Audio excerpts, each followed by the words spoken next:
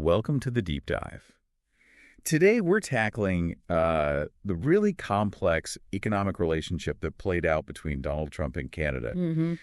It's a story with incredibly high stakes, major policy shifts, and real impacts on industries and people. Absolutely.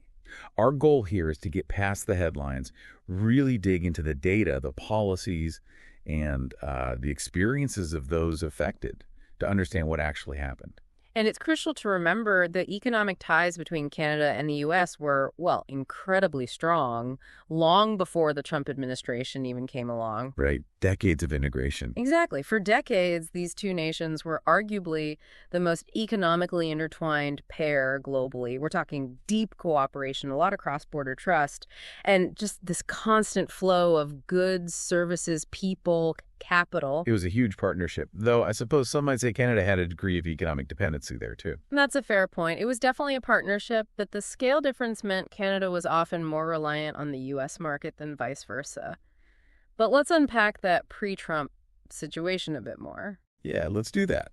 This wasn't new, right? It was built on geography, shared history, and, crucially, mutual benefit. Precisely. Canada offered resources, skilled labor, things the large U.S. market needed.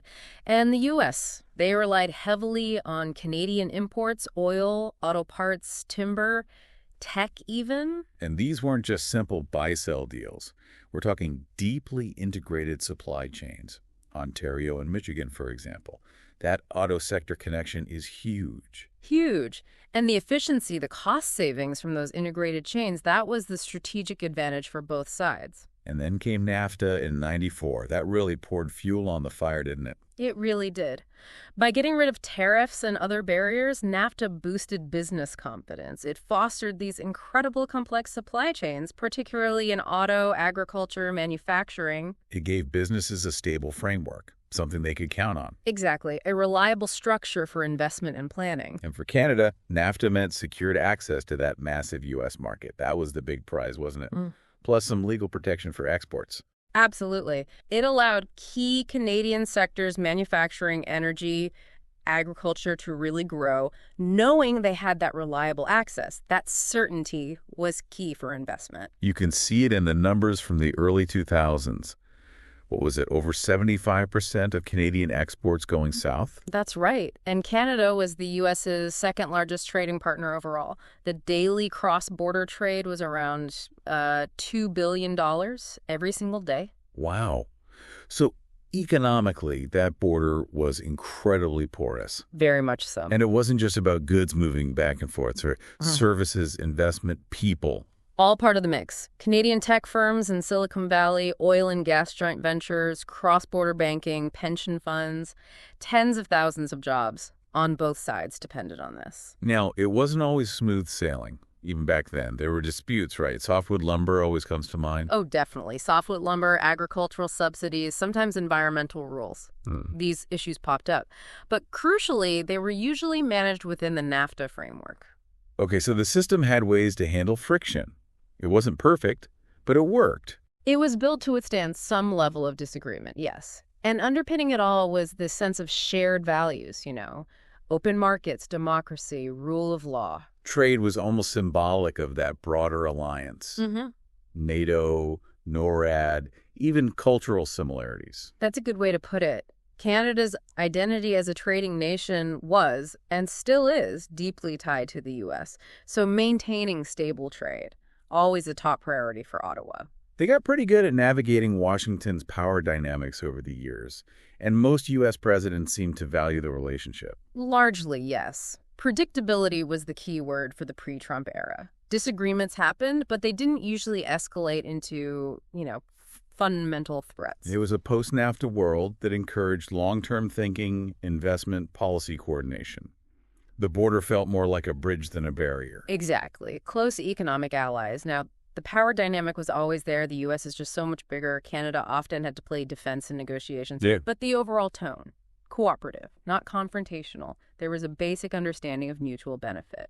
Okay, so that's the stage. Deep integration, reliance on established rules, a generally cooperative, predictable relationship, and then 2016. Then came the America First era. Donald Trump's candidacy, his economic message, America First, renegotiating trade deals, bringing manufacturing back. It was a direct challenge to the way things have been done for decades. What's key here is his deep skepticism towards globalization, free trade deals, multilateralism in general. His whole approach favored confrontation over cooperation. And NAFTA became Exhibit A, didn't it? He called it the worst trade deal ever made. Repeatedly. He blamed it for U.S. job losses, claimed it gave Canada and Mexico unfair advantages. He vowed to tear it up, renegotiate it, or just walk away. Which, for Canada, wasn't just rhetoric. It was an existential threat to their economic model. Absolutely. Canada got pulled right into this new hostility.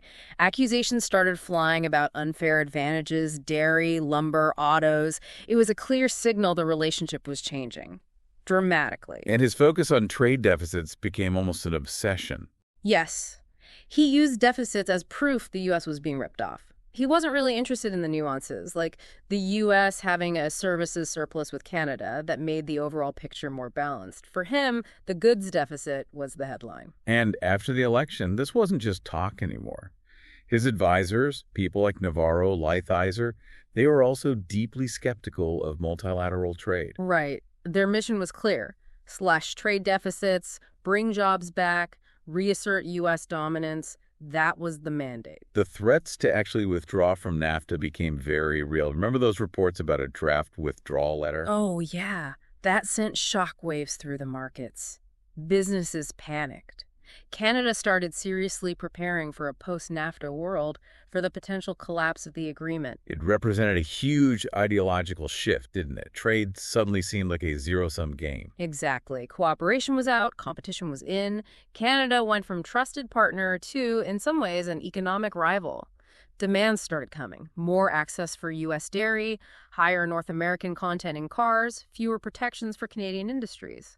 Access to the U.S. market now clearly came with a price: concessions. And the negotiation style itself was different. Public pressure, aggressive rhetoric, dramatic ultimatums. Trade talks became media spectacles. The Canadian officials, like Trudeau and Freeland, had to walk this incredibly fine line, right? Assert Canada's interests without provoking Trump further. A very difficult tightrope. Because the old assumptions, mutual benefit, predictable cooperation, they were just shattered. It forced Canada into a fundamental rethink of its reliance on one single trading partner. The old rules just didn't apply anymore. It was nationalism, suspicion, disruption driving things in Washington. Canada's challenge. Yeah. How do you protect your economy in that reality? It was the start of a new phase, testing trust, redefining deals. The whole world was watching to see if decades of cooperation could actually survive this. Okay, so let's move to 2020. After all that turmoil, NAFTA gets replaced by the USMCA, the United States-Mexico-Canada Agreement. Right. And remember, NAFTA's goal was tariff elimination, fostering those supply chains. Trump's criticism was job losses, exploitation. Canada, understandably, was very cautious going into renegotiation. So what fundamentally changed in the USMCA? Did the core idea of free trade survive? Broadly, yes. Tariff elimination, preferential access, those core elements remained. But there were key changes in specific sectors, changes that reflected, a more modern economy, but also very clearly addressed Trump's specific concerns. Let's dig into those specifics. Dairy was a huge one, wasn't it? A real flashpoint. Absolutely. Trump constantly attacked Canada's supply management system, the quotas, stable prices, high tariffs, claiming it shut out American farmers. Whereas Canada's view is that it ensures food security, supports rural communities, gives them national control over a key sector, protection from global market volatility. Two very different perspectives, but under USMCA, Canada did give some ground. They agreed to open up about 3.6% of their dairy market to U.S. producers. That included specific quotas for milk, cream, butter, cheese, yogurt. Right. And predictably, Canadian dairy farmers were not happy. They worried about destabilizing their industry. This was really the first significant crack in supply management in a major trade deal, directly because of U.S. pressure. And didn't they also have to eliminate those Class 6 and 7 milk pricing categories? Correct. That was another big U.S. complaint, that those prices undercut their exports of ultra-filtered milk. That had to go. which meant the Canadian government then had to compensate its own dairy farmers. Still a controversial issue, I imagine. Oh, definitely. Ongoing debate, protests, federal-provincial tension. It hasn't gone away. Okay, what about the auto sector? That's another huge piece of the puzzle. What changed there? Some significant shifts there, too. The North American content rule. The amount of a car that has to be made in North America to avoid tariffs went up from 62.5% under NAFTA to 75% under USMCA. The goal being more production within the region, especially in the U.S. That was the stated goal, yes. Yeah. And then there was the new labor value content rule. Right, the wage requirement. Exactly. 45% of a car's content had to be made by workers earning at least $16 USD an hour, aimed at boosting wages and discouraging shifting production to lower wage areas like Mexico. But adding complexity for automakers, presumably. Definitely added compliance burdens. Were there other significant changes in USMCA? Yeah, a few others are worth noting. More emphasis on labor standards generally, with stronger enforcement mechanisms, especially targeting Mexico. Okay. Expanded protections for intellectual property, copyright patents, digital trade stuff, reflecting the modern economy. And dispute resolution. That was always a key part of NAFTA. The state-to-state system was kept, with some tweaks, but the investor-state dispute settlement, ISDS, between the U.S. and Canada, that was significantly scaled back. Many in Canada saw that as a win for sovereignty. Interesting. And the sunset clause, that was new, wasn't it? Very new. The whole deal expires after 16 years unless everyone agrees to extend it. Plus, a mandatory review every 6 years. That adds a layer of political uncertainty that NAFTA didn't have. So Canada was doing a real balancing act here, trying to keep access to the U.S. market but push back on the biggest demands. That was the game. Preserve market access, resist major concessions. They kept core NAFTA benefits but definitely compromised on things like dairy and ISDS. So from Canada's view, wins included keeping that U.S. market access, avoiding car tariffs, modernizing digital trade rules. Losses, maybe increased vulnerability to U.S. economic nationalism. That sums it up pretty well. It was a bruising negotiation, leverage clearly mattered, and the U.S. had a lot of it. USMCA really feels like a product of its time, shaped by Trump's vision and negotiation style, ending in compromise. It definitely reshaped trade in dairy and autos, set new labor expectations. And served as a sobering reminder that even the closest partnerships can face tough renegotiations under pressure. Comparing NAFTA and USMCA, Right. it's like comparing different eras, isn't it? Optimism versus skepticism. A very different climate, yes. Yeah. Looking at what changed and why, it tells you a lot about how international cooperation itself was evolving or devolving, depending on your view. Okay, let's shift gears slightly. Another major event during this period was the imposition of steel and aluminum tariffs in 2018.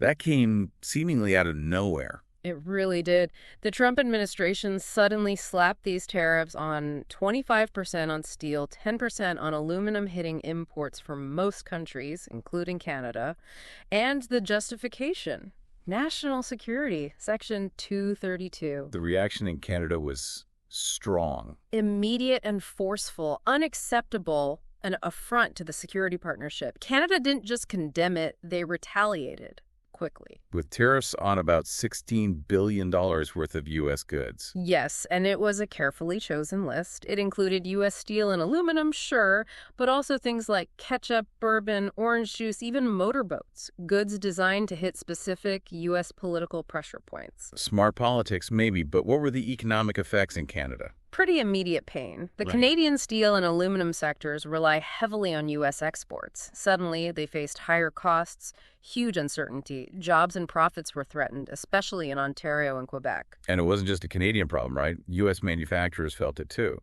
Absolutely. Anyone using Canadian steel or aluminum construction, auto, food packaging, their input costs went up. Warnings came from small and mid-sized firms about price hikes for consumers, potential layoffs. Did this get political pushback within the U.S.? Oh, yeah. Lawmakers, especially from border states, urged Trump to reconsider. Business groups argued it was damaging the economy with no real security benefit. Canada also mounted a major diplomatic push in Washington. And this was all happening while USMCA talks were still going on. That's what was so strange. These tensions ran high for over a year, overlapping with the trade deal negotiations. It felt like economic cooperation was being held hostage in a way. How did it end? The tariffs were finally lifted in May 2019. Canada dropped its retaliation too. Officially, the U.S. cited progress on stopping steel dumping from other countries. It was a relief, a de-escalation. But the damage was done. Trust was definitely eroded. Businesses suffered real losses. And the idea that Canada could be labeled a national security threat by the U.S., that left a mark. What was the estimated economic toll? Hard to pin down exactly, but estimates suggest the Canadian steel sector lost hundreds of millions. U.S. manufacturers faced higher costs, production delays. Trade and investment definitely dipped due to the uncertainty. So the deeper lesson here was vulnerability. I think so. It showed that the Canada-U.S. trade relationship could be politicized and disrupted almost overnight. Tariffs were clearly a weapon. It forced Canada to look hard at its dependencies, push diversification, strengthen its own domestic base. And maybe a lesson for the U.S. too?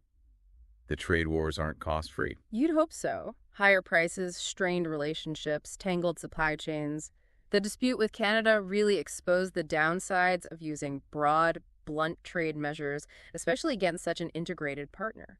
The memory of those tariffs is pretty vivid here. It's often used as the prime example of how quickly things get sour. It definitely reinforced the strategic need for Canada to diversify and build resilience. It was a defining moment of that era. It really wasn't just about steel and aluminum, was it? It was about power, leverage, and the real costs of America first. Both economies paid a price for that one. Okay, let's circle back to dairy, because, as you said, it became such a central, almost emotional issue in the trade talks. It really did. President Trump singled it out constantly, criticizing Canada's unfair practices, especially supply management. His rhetoric was pretty intense, wasn't it? American farmers being crushed, the system being rigged. Very intense. He hammered on the high Canadian tariffs, sometimes citing figures near 300%. The narrative was consistent. The U.S. was unfairly shut out of a lucrative market. He made it crystal clear. Opening up Canadian dairy was non-negotiable for any new deal. And Canada's defense, as we covered, is about stability for its farmers, food security, rural sustainability. Right. The supply management system, quotas, regulated prices, high tariffs, it's designed to shield domestic dairy, poultry, and egg farmers from global market swings. Protecting smaller farms, essentially. That's the argument. But from the American side, particularly dairy producers and trade officials, it just looked like protectionism.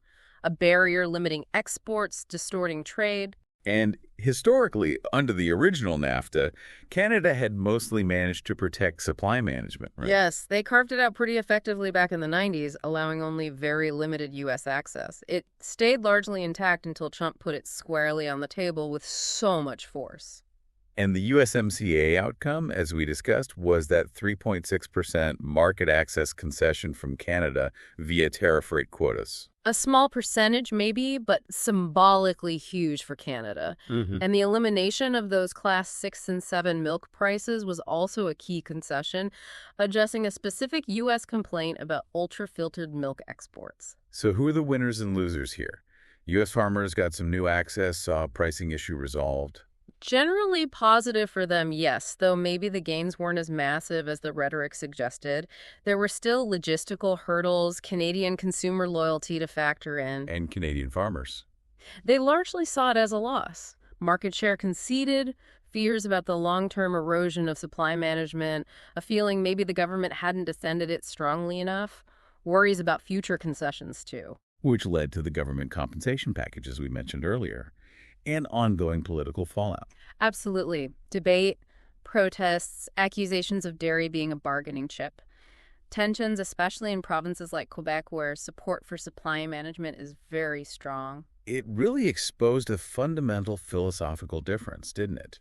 Trump's America First, favoring wide-open markets versus Canada seeing supply management as legitimate domestic policy. Exactly. It was a clash that went beyond just tariffs and quotas. It touched on national identity, rural life, economic autonomy. So even though dairy is a relatively small part of the overall Canada-U.S. trade picture, It carried huge symbolic weight in those negotiations. It became a lightning rod for criticism, a tangible example of how trade deals affect everyday lives. are the effects still playing out? They are. Some U.S. products have entered the market, but challenges remain. Canadian farmers are definitely wary about the future, and you still hear politicians talking about dairy. It really was a dairy drama, wasn't it? A whole Yeah. subplot involving sovereignty, compromise, and high-stakes politics. Another chapter in how the economic ties were tested and redefined. Definitely changed by the Trump era, permanently. Let's broaden the lens now to the impact on businesses generally, both small and large. That $400 billion annual trade relationship involves a massive network. It's a living network, yeah. Food, machinery, textiles, tech, small shops, huge corporations.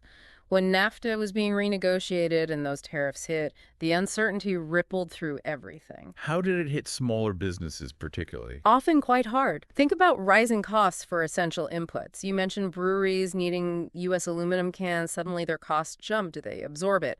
Raise prices? Try to find a new supplier? Tough choices. And supply chain disruptions must have been a nightmare for manufacturers using just-in-time systems. A nightmare is right, especially for smaller firms relying on parts from the U.S. for assembly. Even short border delays could mean missed deliveries, lost clients. Some started stockpiling, some renegotiated contracts. Some even considered relocating parts of their business. What about the big players, large corporations? They weren't immune either. Remember the Bombardier dispute with Boeing. The threat of those massive tariffs, even though later overturned, really showed the vulnerability of even major Canadian players. And the automakers GM, Ford, Toyota, they had big adjustments to make with the new USMCA content and labor rules. Huge reassessments. Reconfiguring supply chains, payrolls, investment plans. Even the tech sector, like Shopify, may be less hit by direct tariffs, but they felt the effects of tighter immigration policies, making it harder to move talent across the border. That impacts growth strategy. Were there any upsides? Did any Canadian businesses actually benefit from the chaos? Interestingly, yes, in some pockets. For instance, when the U.S. put tariffs on Chinese goods like soybeans, some Canadian agricultural exporters saw increased demand from the U.S. to fill the gap, opportunities to pivot. But overall, sectors like steel and aluminum definitely took losses. Significant losses, especially in Ontario and Quebec. Reduced output, delayed investments, government aid helped cushion the blow, but the impact was real. And beyond the direct costs, there was just this pervasive uncertainty, right? Making planning incredibly difficult. That was maybe the biggest secondary effect. Hard to make long-term plans when the basic rules of trade feel like they could change any minute. Paused expansions, slower hiring, tighter budgets, more conservative lending. Business confidence definitely took a hit. How did businesses respond strategically? We saw more investment in risk management, a much bigger push for diversification, looking seriously at Europe via CETA, Asia via CPTPP, more investment in automation, and building stronger alliances with U.S. partners to navigate things together. Did things stabilize once USMCA was finalized? It brought back some normalcy, yes. But the lessons weren't forgotten. Businesses realized just how exposed they were to U.S. policy shifts, the need for resilience. Diversifying supply chains and markets, investing in advocacy in Washington, those became higher priorities. So the Trump years were really a trial by fire for the cross-border business community. They really were. Forced a major reassessment, demanded quick action, made people question decades of deep integration. Some adapted and found strength, others struggled. But everyone was reminded that government clashes over trade hit businesses and employees first. In such an interconnected economy, every policy shift creates ripples. Still, the overall story seems to be one of resilience and adaptation. They weathered the storm. Remarkable resilience, innovation, determination, survived that storm and are likely better prepared for the next one, whatever it may be. Okay, let's talk about another major point of friction and symbolism, the Keystone XL pipeline saga. Energy is such a foundational piece of the Canada-U.S. economic tie. Absolutely. Alberta's oil flowing south is critical, and Keystone XL, well, it became this incredibly central, divisive symbol of that whole relationship. What was the project, fundamentally? It was basically an expansion of the existing Keystone system, a new, more direct, higher capacity pipe to get crude oil from Alberta's oil sands down to Nebraska, and then connect to networks going to the Gulf Coast refineries. For Alberta, it was seen as a crucial outlet for landlocked oil, promising jobs and investment. But it was never just about infrastructure, was it? Never. From day one, it was loaded with symbolism, energy security and growth on one side versus climate disaster and environmental risk on the other. The Obama administration ultimately rejected it in 2015 after years of delays, environmental grounds primarily. Right. Concerns about oil sands emissions, U.S. climate goals, that was the rationale then. But then came Trump, and he revived it almost immediately. Early 2017, an executive order reversing Obama's decision. He pitched it as jobs, energy independence, economic growth. Alberta was thrilled. They even invested about $1 billion directly in the project. Cautious optimism returned in Canada. But the opposition didn't go away. Not at all. Environmental groups, Indigenous communities whose lands it crossed, lawsuits, it all fired up again. Protests, court battles, the same fundamental conflict. Jobs and oil versus climate and land rights. It became a symbol of the whole energy transition debate. How did Keystone XL fit into Trump's America First narrative? Perfectly, from his perspective. Asserting energy control, pushing back against environmental constraints, supporting fossil fuels. He framed it as common sense versus obstructionism. But the political winds shifted again with the 2020 election. Biden's win sealed its fate. First day in office, he revoked the permit, cited environment and climate commitments. That was it. A devastating blow for Canada, especially Alberta. Absolutely devastating. TC Energy canceled the project officially in June 2021. Big financial losses, layoffs. Alberta even launched that USMCA lawsuit seeking compensation for its investment. Beyond the direct economic hit, what was the deeper impact? Symbolically, it was huge, a stark reminder of how vulnerable Canadian energy exports are to Washington politics. It reignited the debate in Canada about pipeline capacity, market diversification, putting more focus on things like the Trans Mountain expansion to the West Coast. Did it also amplify Canada's internal debate about the future of oil? Definitely. Alberta kept championing the sector, while other parts of the country focused more on climate action, renewables. It added urgency to the national conversation about decarbonization. From an environmental policy view, it really highlights that tension between short-term economics and long-term climate goals. And the U.S. policy whiplash showed the inconsistency and Canada's limited control over the fate of its key exports. Oil is still valuable, but the path forward clearly isn't straightforward. Cross-border energy trade is still massive, but Keystone XL definitely changed the landscape. It deepened provincial divisions in Canada, sharpened political visions, and fueled that ongoing reckoning about balancing the economy and the environment. It really was more than a pipeline. Symbol of energy, politics, the planet colliding. Trump saw it as a promise of fossil fuel revival. Biden drew a line in the sand for climate. And Canada learned a hard lesson about projects crumbling under shifting priorities elsewhere. The story isn't just what was built or not built, but the future it forces us to confront, isn't it? Finding that balance between energy security and sustainability. A challenge. Canada is still navigating global demands versus domestic realities. Every pipeline is now a potential political and environmental flashpoint. Now, just as things seem maybe set to stabilize a bit post-USMCA, the world got hit by something completely unforeseen, the COVID-19 pandemic. An unprecedented shock disrupted everything globally and really put the Canada-U.S. economic relationship, already under strain, to an entirely new kind of test. The economic chill was almost instant, wasn't it? Border closures for non-essential travel in March 2020. Halted so much of the normal flow. Tourism, business travel just stopped. Huge disruption. Agriculture felt it immediately too, right? Canada supplies so much food to the U.S. Yeah, shipment slowdowns, outbreaks and processing plants causing backlogs, especially in meat. Major issues right away. And the auto sector, already dealing with USMCA changes, got hit hard again. Factory shutdowns on both sides, massive supply chain disruptions for parts, for finished vehicles, a huge blow. It's interesting to compare how the two governments responded, Trump versus Trudeau.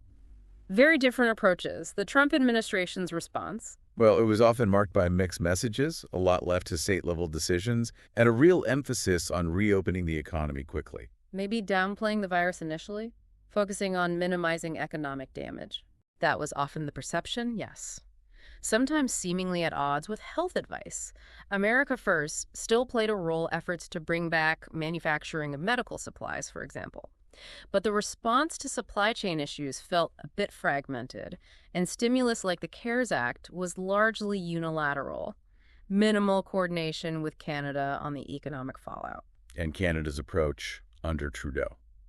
More cooperative, more multilateral in tone. Swift public health action lockdowns, ensuring essential industries kept going. Early travel restrictions, that border closure. And significant broad economic relief, CRB, wage subsidies, business loans. Though even with that more cautious approach, the border closure itself created huge economic challenges for Canada. Absolutely. Balancing public health with the economic pain, especially for sectors like tourism and transport, was a constant pressure point for the Trudeau government. The political differences were pretty stark. Trump's economic focus versus Trudeau prioritizing public health with maybe a longer view on recovery. That's a fair characterization. Yeah. How do they manage actual cross-border trade during the chaos, keeping essential goods moving? Canada's more centralized health response arguably allowed for quicker, more consistent adaptation to border rules testing, quarantine for essential workers. The U.S., with its more decentralized system and sometimes conflicting messages, seemed to struggle more with consistent implementation. What about the long-term impacts? Did these different approaches leave lasting marks? It seems so. Canada generally saw a somewhat faster economic recovery initially, though ongoing uncertainty, partly tied to the U.S. economy, remains. The pandemic definitely underscored the need for effective crisis response. And it really showed just how deeply intertwined the two economies are. One country's approach has huge spillover effects on the other. Vividly demonstrated that. Both face that immense challenge. Balance health and the economy. Try to keep essential trade flowing. The lessons learned from the pandemic will probably shape future trade policy and crisis management for a long time. You have to think so. That delicate balance health, economy, international relations was tested like never before. Beyond the policies and the pandemic, the personal dynamic between Justin Trudeau and Donald Trump seemed to play a significant role too. Two very different leaders. Oh, absolutely. Their personalities, their leadership styles, their worldviews, it all influenced the relationship during those years. Trudeau, often seen as charismatic, progressive, focused on diplomacy, soft power, collaboration, respectful dialogue. Right. Pragmatic underneath, but the public image was one of empathy, multiculturalism. And Trump, the political outsider, brash, unapologetic, nationalism, individualism, America first. Transactional diplomacy, direct, confrontational, less room for compromise. A stark contrast from the very beginning. Remember the scrutiny of their early meetings, that G7 summit photo? Trudeau's politeness versus Trump's combativeness. How did this play out in the NAFTA renegotiation? That must have been where it was most apparent. Definitely. High-stakes brinkmanship, Trump pushing aggressively for big changes using threats, Trudeau trying to remain firm but conciliatory, protect key sectors like dairy and auto, but also preserve the overall relationship. Their negotiation styles were polar opposites. Trump, my way or the highway, threatening withdrawal. Trudeau, measured, prioritizing diplomacy, focusing on the long term. And there were moments of real tension that highlighted this. Trump's blunt public attacks, especially on dairy tariffs. Putting Trudeau in a tough spot politically back home. Exactly. Trudeau usually responded calmly, strategically framing Canada's policies, emphasizing mutual benefits elsewhere. But the pressure to concede without sacrificing core interests was immense. And Trump's unpredictability must have been incredibly difficult for Canadian negotiators. Constant uncertainty, shifting demands, last-minute changes. Canada's pragmatic approach, focus on key sectors, maintain the broader relationship was really put to the test, balancing resistance and cooperation constantly. Their public communication styles were also miles apart. Trump's tweets versus Trudeau's more composed rhetoric. Trump often used media to attack, to pressure. Trudeau generally maintained restraint, emphasizing the strength of the relationship, mutual respect. It seemed like Trump used confrontation as a tactic, while Trudeau used diplomacy to try and keep things on track. That's a reasonable interpretation. But despite the clashes, both seem to understand the fundamental economic importance of the relationship. They needed a deal. On policy substance, things like the steel and aluminum tariffs really strained things, leading to retaliation. But ultimately, they did reach the USMCA deal. Right. Trudeau's goal was protecting Canadian jobs. Trump's was showing he'd held partners accountable for perceived trade imbalances. So the USMCA itself kind of reflects that dynamic. Trump got some restrictions in, Trudeau managed to avoid bigger losses while keeping goodwill. It's a complex mix, yeah. Yeah. Conflicting personalities, clashing tactics, imperfect chemistry for sure, but both recognize the high stakes and the need to find a way to work together, however difficult. Okay, so facing all this pressure and unpredictability from the U.S., how did Canada adapt strategically? Did America First force a rethink? It absolutely did. It was a powerful catalyst for Canada to reassess its heavy reliance on the U.S. market and actively pursue diversification. Tariffs, trade wars, uncertainty. It created a clear need to look elsewhere. Because that reliance was just so baked into the Canadian economy for decades, Trump's policies really exposed the vulnerability. Exactly. So Canada deliberately shifted its trade strategy. A conscious effort to cultivate ties beyond the U.S. became a key focus. And strengthening ties with the EU through CETA was a big part of that, wasn't it? That agreement came into effect in 2017. CETA was huge, a strategic pivot. Access to that massive EU market, 500 million consumers. It was essential for reducing U.S. dependency, especially when U.S. tariffs were hitting. It covered a lot of sectors, too. Agriculture, IP, procurement. Right. It sent a global message. Canada is building new alliances for resilience. What about Asia? Growing economies there presented opportunities, too, presumably. Though maybe more complex relationships like with China. Definitely opportunities and challenges. Canada did work to expand trade with Japan, India, others. The China relationship was growing before recent tensions really flared up demand for Canadian canola, soybeans, lobster. Even talk about the Belt and Road Initiative, though that was debated heavily in Canada. But the really big move in Asia was joining the CPTPP, right? The Trans-Pacific Partnership successor. That was arguably the most impactful diversification move. Ratifying CPTPP in 2018, that was a significant strategic shift. Giving Canada preferential access to 11 Pacific Rim countries, Japan, Australia, Vietnam, fast-growing markets. Exactly. Reduced over-reliance on the U.S., gained a foothold in a vital region. And it was also a hedge against those U.S.-China trade tensions. Was the adaptation only about international deals? What about building domestic resilience? That was crucial, too. Government policies aimed at protecting key industries during the trade disputes, ensuring stability like the wage subsidy, CEWS, during COVID. And investing in new areas. Yeah, a growing emphasis on investing in clean energy, tech, advanced manufacturing, trying to diversify the economy beyond just resources, make it less vulnerable to global shocks, fostering innovation AI, green tech, digital commerce supporting startups, building a more future-proof economy. So, looking at Canada post-Trump, has it emerged with a genuinely more diversified trade strategy? It appears so. The U.S. is still, by far, the most important partner. But the ties with the EU, Asia via CPTPP, and others are stronger and more strategically important than before. The diversification efforts seem to have paid off in building resilience. The pandemic probably reinforced the wisdom of that diversification, too. Absolutely. Canada adaptability, its push for diversification, partnerships, innovation, these seem like key assets for long-term resilience and competitiveness now. So let's try to sum up the lasting marks. What's the economic legacy of the Trump administration on Canada? It's complex, obviously. It really is. We'll be discussing it for years. Significant shifts, disruptions, uncertainty. Some things stuck, others faded. Okay, so what stuck? What continues to shape the relationship? USMCA is the big one. It replaced NAFTA. It's a mixed bag, as we discussed, but it's the framework now. It preserved much of the trade flow, but brought in those new provisions favoring the U.S. in dairy, auto rules, tangible ongoing consequences for exporters. What about the tariffs and trade wars? Even though the steel aluminum ones were lifted, did they leave scars? They certainly caused disruption and friction. For some industries using those materials, there are lingering concerns, maybe higher costs absorbed. Canada's retaliation had short-term impacts too.